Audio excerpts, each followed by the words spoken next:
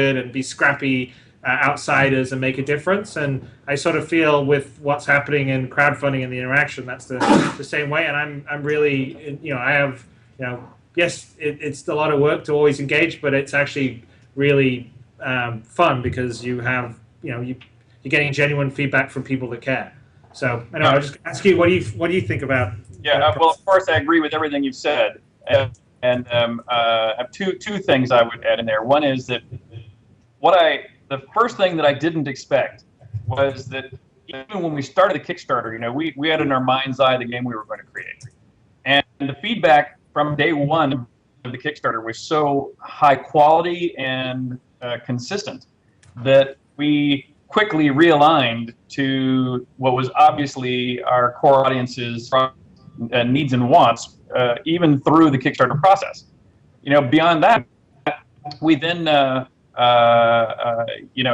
I go in the post-Kickstarter era, of course, I agree with everything you said about the importance of that ongoing relationship we've had and the design feedback. And the last few days I've been having one on. Let's see, what was it?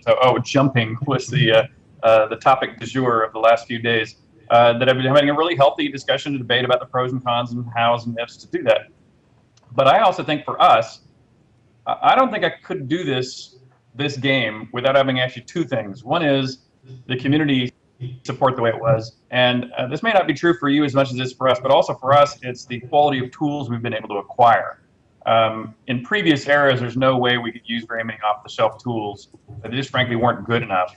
And finally, I think we're approaching the day where every tool you build doesn't have to be rebuilt from scratch. You can at least begin to use some off-the-shelf tools that save you, years. Oh, well, no, I'd definitely say. I mean, for us, we're using CryEngine, and we wouldn't be able to be showing the quality of the stuff that we're doing or building the game we are without that, because we don't have to spend the time building the base. I mean, actually, the CryEngine out of the box has all the first-person stuff covered. So we already have like the combat, all the stuff. We're worrying about building the extra stuff to handle the vehicles, which are essentially the spaceships, and so it's still at the end of the day we'll have spent 3 years of a pretty big team engineering all this stuff, but we won't have spent the extra 2 years you had to spend building the engine, and so that's what enables us to deliver something that's pretty ambitious. And you're right, in the old days, every game I've ever done built the engine from scratch, and I know you've done the same. And so for me, the tech's kind of like a means to the end, and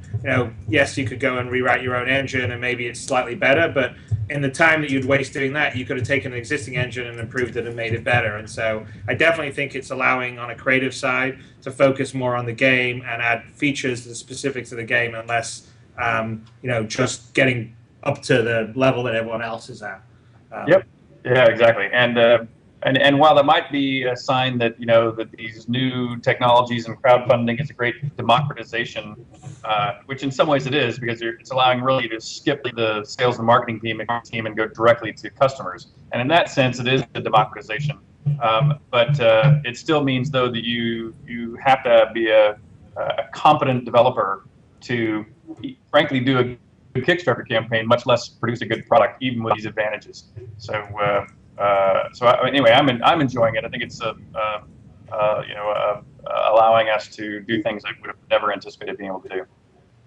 Yep. No, definitely. Like I said, I always tell everyone it's a lot of work, but it's a huge amount of fun, and it's kind of invigorating. So. By the way, I looked at and it's also a bit scary because you are designing sort of live. Yeah. I watched your video for your ship, your advertising marketing video for your ship. It was phenomenal, by the way. Well, thank you. That's a huge team. There are artists that built it, and then there's actually there's a guy called Hannes Appel, who's actually in Germany, Frankfurt, and he actually works. He's like the senior cinematic artist, and he actually does a lot of the CryEngine